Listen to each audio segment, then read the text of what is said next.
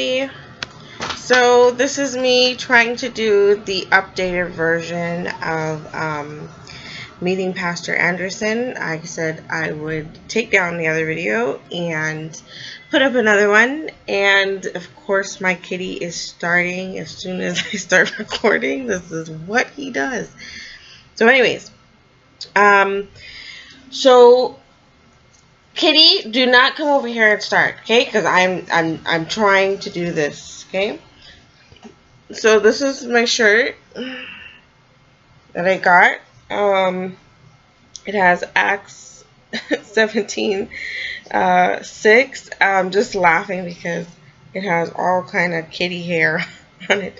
You can tell someone's got a cat. Yeah, I was joking with my son that you can tell someone's got a cat when their skinny joggers got cat hair all over them. But anyways, enough with my unfunny jokes. So these that have turned the world upside down are come hither also. That is a shirt made by some people, and I'm not going to mention names because I don't want to get into any trouble with anyone.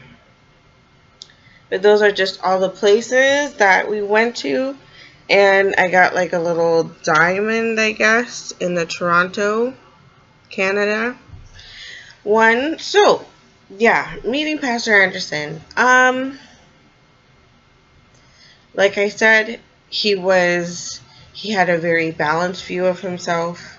The type of view that if in a perfect world, everybody would have that view of themselves. But unfortunately, most people that I've met in the church, they're very highfalutin. They think very highly of themselves. Like they are, in the other video I said, like they're above God. Like they're just untouchable. Like don't approach them. Make sure you don't touch them. Make sure your breath does not go their way, or your eyes, or your body language, or anything, because they are just very unapproachable. And this goes for like ushers, deacons, different people who work in the church, who, especially worship leaders, who think that they're so special, they got everything going on. Like, it's just cringeworthy, okay? But Pastor Anderson was not like that. He was just like, what up? And that almost shook me the whole thing. Because I just didn't compute that mentality, because most people are very highfalutin. So what I didn't mention in the other video is everything that had gone wrong. So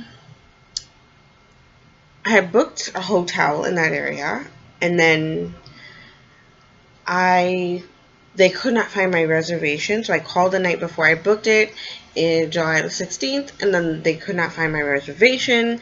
And then I finally found the reservation, and I upsized it like the night before.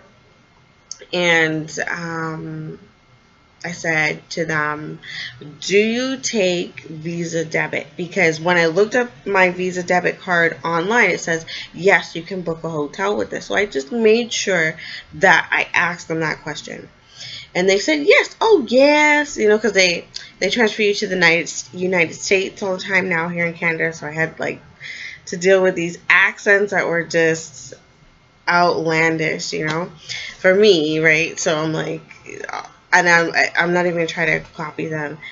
Oh, yes, you can use those, like, real deep Southern accents. And even, like, so from the Black culture and from the white culture, and it was just very interesting. It's almost like traveling when you're home.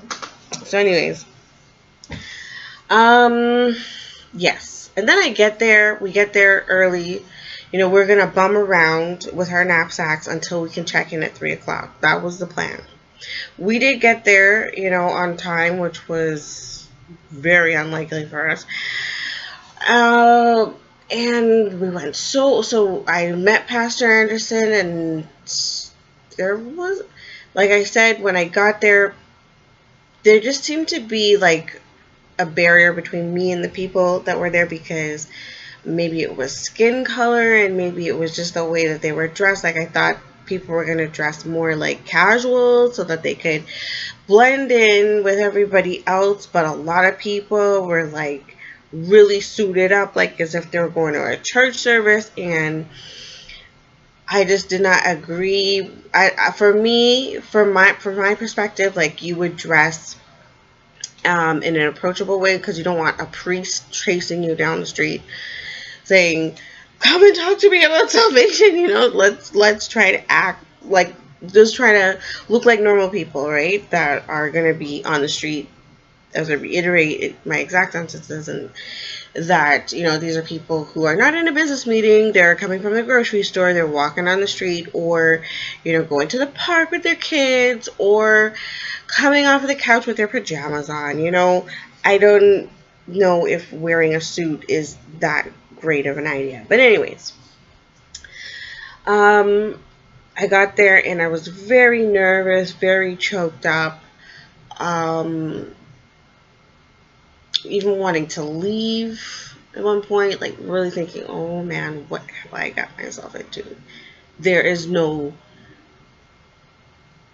you know, there's no normal people there. That's what I thought. That's my initial thinking. But then, as I started talking to people, they looked less dressed up to me, and I actually began to feel very welcomed, and at first, like, Pastor Anderson was the only one who seemed relaxed to me, like normal, and just like a person, right?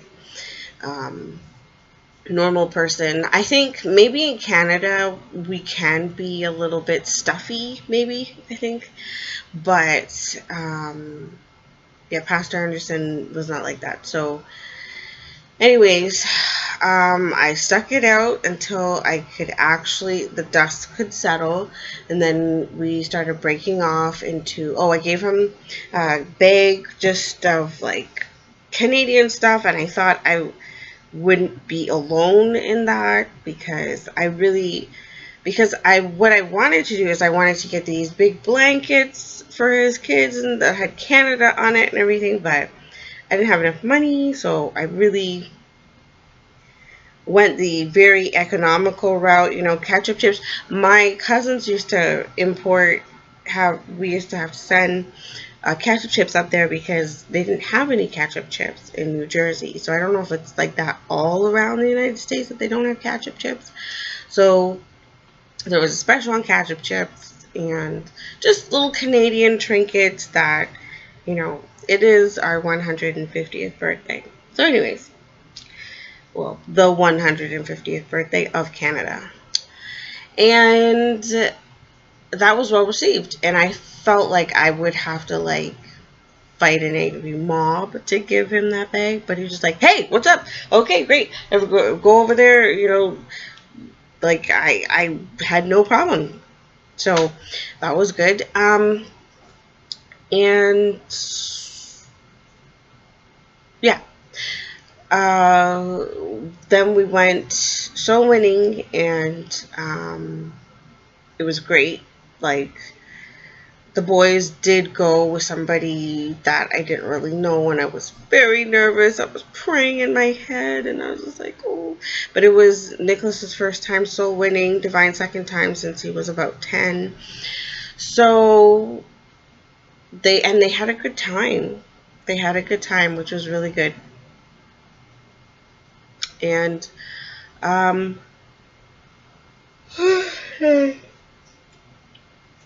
who we were with had been soul winning with Pastor Anderson's wife, and she was really good. She just did it exactly how you're supposed to do it, and she was really thorough, so it was pretty awesome. But then the hotel called me, and they're like, oh, you need a different credit card. And I'm like, what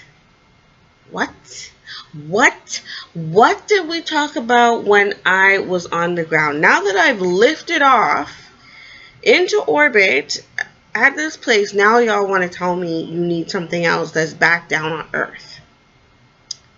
Well, I was stressing because like, I didn't really understand the terms that they were talking about. This is the Hilton Hampton, just so that I can put a little tag out there about the evildoers, okay? So, yes, the Hilton Hotel. So then they called me back and they're like, we need a different credit card, because I gave them my Visa debit from the time I was home, so that's what I brought with me. That's what I haven't been getting my mail, so my new credit card, I didn't have the updated one, so we're gonna bump into a problem.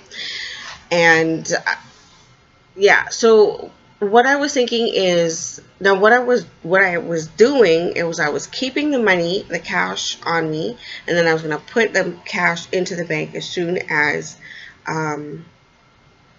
we were going to make the transaction. So when the girl was explaining to me, I thought, okay, maybe she means that the cash is not there, that the money needs to go through. So I had the cash on me, there was no problem, right? So I'm trying to clarify this with her. Is it the actual card, or is it the money? Is it receiving of the money, or is it the Visa debit thing? And I didn't think it was the Visa debit thing, because I had asked them, is Visa debit okay? And I had checked online, and when you look up RBC Visa debit, it says yes, you can check out a hotel with Visa debit.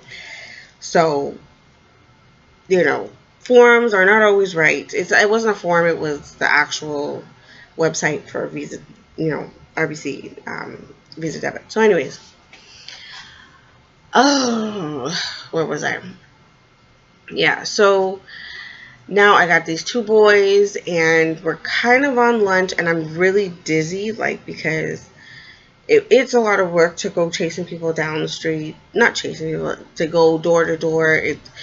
And I was hungry because I hadn't eaten from the day before. I packed here and there, but the day before I hadn't eaten at all. I was just too busy, and I was trying, like, there were so many people around, and when there's a lot of people, I begin to get, like, organizationally, not bossy, but, like, I start organizing things, putting sandwiches here.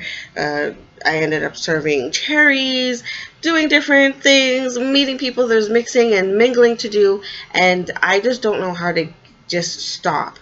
So as soon as I stopped, I'm like, oh yeah, maybe I should pray. And I started falling asleep. I was praying, but then, like, I was literally, like, passing out or something, like, so dizzy. And then then I realized that my phone was not charging last night. There was something, you know how the chargers, they get a little wonky after a while? Well, that's what it decided to do last night, and then, the night before. And so my phone is going in and out of consciousness in between 3% and 0%. 3%, 0%, because I'm trying to charge my phone. To find a plug at a restaurant is like, oh man. And then Amber needs to call me because she's trying to get down for the event too. And I need to go back and forth with the hotel. And now I'm just tired and dizzy and hungry, and the sandwiches are gone that Pastor Anderson paid for, you know, and that were provided. I don't know who paid for them, but that were provided. Man, I was in some straits at that moment, and I felt like this whole thing was just falling apart now. Because Nicholas was very upset. He really wanted to be at the hotel. That was his whole thing. He was like all up for that. Like, I can't even tell you. He was just in there. He was not even trying to hear it that there was no hotel involved in this trip. Devon was okay because he wants, like, his phone. He wants me to pay for things for him. So, but yeah. So I just began stressing about this, and then all of a sudden, before I turned around twice, like, okay, it's time to go back out. I'm like, what? Well, like, uh, it's like I couldn't even breathe. And then the hotel, I was fighting with the manager because I'm like, why didn't y'all tell me this before? And why is this person being so impatient with me when it's you guys' mistake? Y'all shouldn't have told me that Visa debit was fine if it was not fine. Now I'm 10 minutes away from the hotel and you're telling me you do not take Visa debit. So, yeah. And then my phone wasn't working. So when we were in the car, I going to Solwyn again, the same place. I was like, okay, somebody just pray for me because I'm trying to deal with this issue, and that is where my head was at. I was not on Soul Winning. Like, Soul Winning kind of switched off at that moment. So I'll be honest. Soul Winning switched off, and I was having this battle. Like, I'm trying to do my thing here. People need to get saved. But my whole trip is ruined. The people need to get saved. So I'm like, in and out of 2 dimensions, we'll put it that way. And it was very stressful for me because I told you also my blood sugar was very low. So it was literally low. Like, if somebody had checked it, they would be like, okay, yeah, your blood sugar is low. You need to, like, eat, rest, something, everything that the body needs to recuperate. We did end up getting some Souls One, and I was not really paying attention, focusing, because the lady who I was with, she had a charger that she said, okay, hide the charger into the bag that we're carrying and plug it into your phone.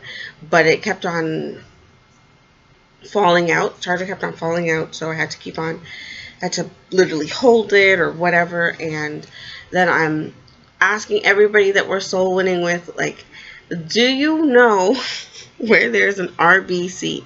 Because now the bank is, I mean, the hotel is asking me for $489, I think it was. And it was funny. It was really funny. It was almost like God knew this was going to happen the day before.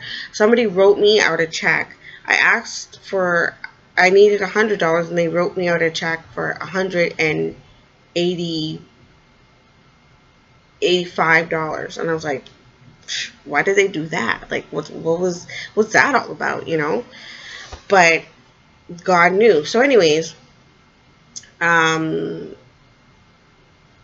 yeah. So they told me about the RBC, but I'm like, okay, if I go to RBC, I'm gonna be straight to the dollar. Like, I don't know exactly if this is gonna work out for sure. So, and then what about getting around, taxi, transportation, eating, stuff like that? What am I gonna do?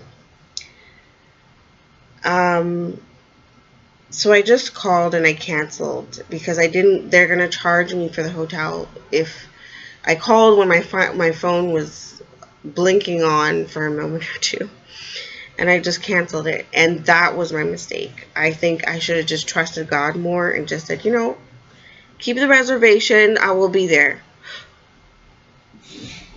But I canceled it because I didn't know about how I was going to get to RBC, and then if I use a taxi money to get to RBC, am I going to have enough to give to...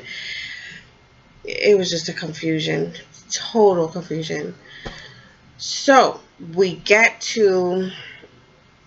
I'm still dealing with this, and we don't get to eat any type of dinner. And then, it's time to go over to Pastor Henderson's preaching. Oh no, make it stop. I need to stop spinning for a minute. And so he preached, and there was a wonderful woman there who's like, oh, you can use my credit card. I was like, what? So then my phone is not working. So, and that's where the phone number is to call the hotel. and so Pastor Anderson's about to preach in 2 minutes, and I'm at the back trying to book a hotel. They let me know, I think after all of the talks we had gone through, screaming and stuff, they were just like, you know what, it's booked. We don't even want you here, woman. Just like, get out of our face. If I go into the story, it was completely their fault, and they were very rude and belligerent, and God is watching, and so he will deal with them. Okay, that's all I have to say. It was completely unfair. Anyways, so then I don't have a hotel, and I don't know where else to go, and this woman is offering for me to use her credit card, and Nicholas is up in arms about, we have to get a hotel tonight. But I'm just about done because, like I said, my blood sugar was really low. Like, to explain the feeling of being halfway starved, okay? Amber's calling me, and Pastor seriously delivered. That message was 102. That message he was preaching was 102, and I couldn't even pay attention. He was talking about what the Bible emphasizes the things that Jesus talks a lot about. Oh man. And I'm in and out, and I can't listen, and I totally missed it, and I'm just crying inside right now because I need to get that sermon. So then I turn around again. Nicholas is getting baptized. I'm crying. I'm trying to take pictures. I take like the worst pictures ever. And yeah, then we go to then the lady said she's gonna drive me around. My new best friend said she's gonna drive me around to find a hotel. We drive around to the first hotel. They want $300 a night for at the first place, and then we're about to go to, and I'm just like, I can't take it anymore. I'm going home. This is it. I have had it. I shouldn't have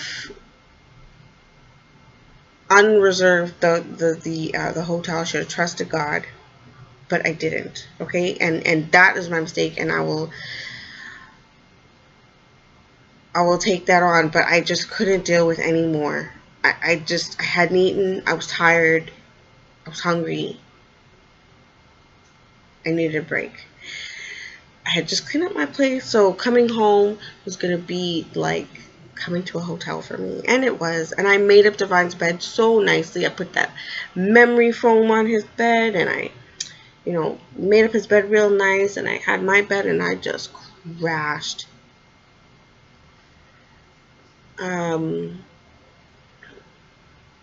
The next day, yeah, so then Pastor's there, and I felt like he was not being appreciated for all the hard work he's done. Like, he came all the way out to Toronto, and I felt people were like whatever. And I feel like their attitude of, oh yeah, he didn't make the video. That's what like some of the main people said to me, and I'm like, if there wasn't a Pastor Anderson, this video would not be in motion right now. So I feel like he was underappreciated. I don't know. And the reason why is because a lot of these people were just people who don't go to church, had expressed that they are too lazy to go to church. This was an accidental confession, so I feel bad, but really the people who were there, a lot of them were just people who were too lazy to go to church. And, you know, I cannot identify with that. I cannot identify with that because that just hasn't been me. So, and the person that I knew in my life who didn't want to go to church, who tried to stop me from going to church, was a very malevolent person. So I feel like people, because of that archetype, of that person who said it in my mind, the people who are too lazy to go to church are malevolent people, and they got some ulterior motives going on that I don't know about, neither do I want to know about. So, and, you know, the excuse was that, you know, oh, these people aren't preaching right, da da da da. But the Bible is a subjective experience, and it's a reflective process. Like, the Bible even says you're supposed to go home and you're supposed to look up what's going on, and, you know, it's about your, you know, it's an aid to your church, can be an aid to your self-understanding, to your consciousness, to your awareness. But reading Jordan B. Peterson, my professor, psychology professor, he put it very well. I've been looking for it all day where I could find it, and I can't find it. But he put it like, I'm trying to remember that, like, the whole understanding of the Christian faith at a certain time was about your reflective understanding and your own revelation in the Bible, and how, you know, it's a book, it's not a movie, it's a reflective thing. So you have to read it yourself, and it's a personal thing, you know. So for people to use other people as an excuse for not going to church, I did not understand that, because, like, Jesus Christ his custom was to go to the synagogue when he was supposed to, like, and what he was trying to do is he's trying to help them out.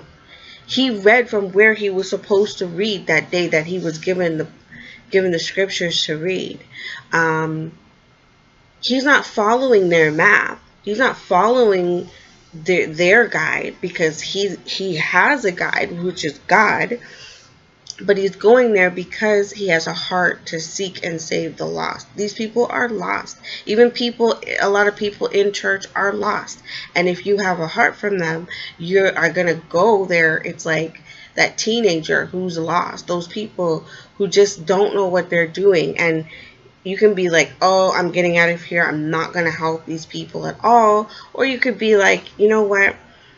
I'm going to go and I'm going to see how I can give these people the message.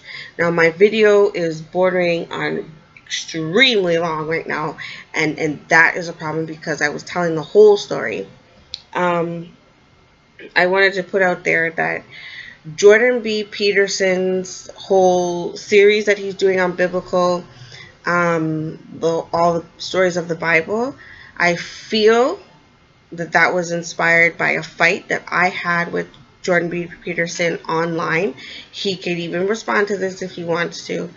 And I brought up to him about Naomi and her situation, and we were going back and forth with it, and I said, and I apologized, because when he responded and he was kind of angry, I repented, and I'm like, I'm sorry, I was just having a Bible study with my son, and this had come up, and so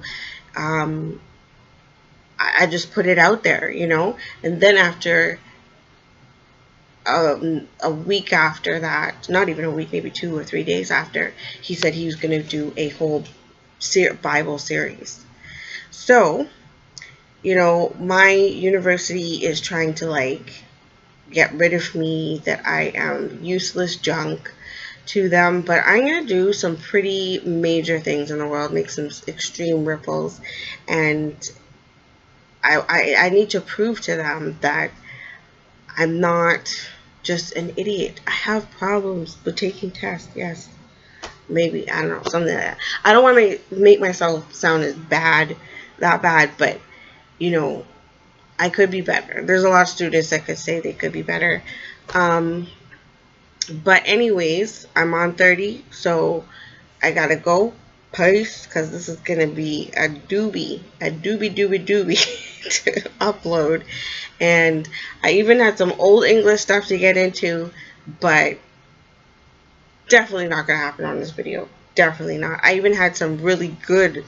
We were gonna go into rules. We were gonna go into how to recognize words in their tenses. So, because you know, Old English is all about tense. You know, and if you can separate the first principal part from from the tense part, then you know what the word is and what it's doing. So I'm gonna go because that's my story and I'm sticking to it. I don't know, actually. I don't know if I'm gonna stick to it, but that's all she wrote. Peace. You know, y'all go to church now. Don't be like that person, that evil person that I know. She so evil. So evil. She just trying to stop everybody from going to church. Why? Why would somebody want to do that? See, that's what I was talking about. Ulterior motives and spiritual wickedness in high places. You know, a Christian who wants to stop all people from going to church and is trying to hide their wicked ways. They do not want to come into the light because their ways are dark. So anyways, with all that weirdness going on, it was a great experience to meet Pastor Anderson. I think I have to go apply for my passport now so I could go out there because my new best friend who really wants to go out there. So yeah, I'll get on that. Okay, goodbye. God bless y'all. Have a wonderful night.